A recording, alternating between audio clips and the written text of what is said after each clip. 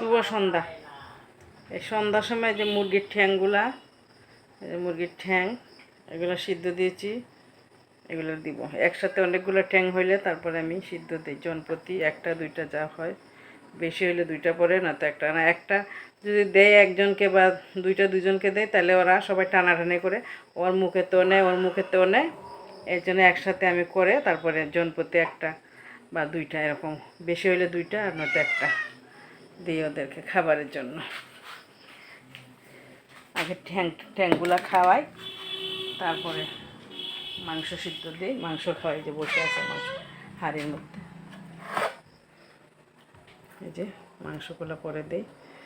মাংস সিদ্ধ হয়েছে, মাংস রাখে দিয়েছি, আলাদা দেব। এই যে সরো সরো, তোমরা সরো। এই যে সবাই এখন গুড় করবে, সন্ধ্যা হয়েছে না, সন্ধ্যার সময় ওদেরকে এই টিফিনটা আমার দিতে হয়।